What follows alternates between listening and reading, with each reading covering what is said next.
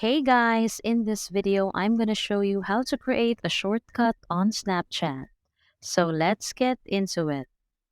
First of all, open Snapchat. Create a snap. Share your snap by clicking Next on the bottom right. Tap the search bar. Tap Create Shortcut. A list of your contacts will appear.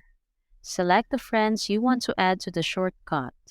You can scroll through the list or use the search bar on top to find a specific person quickly.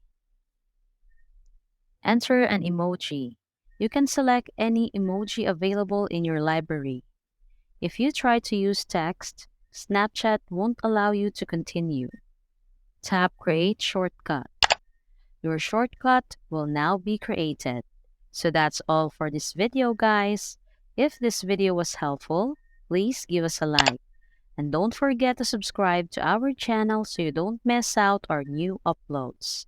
Thanks for watching, and I will see you in the next one.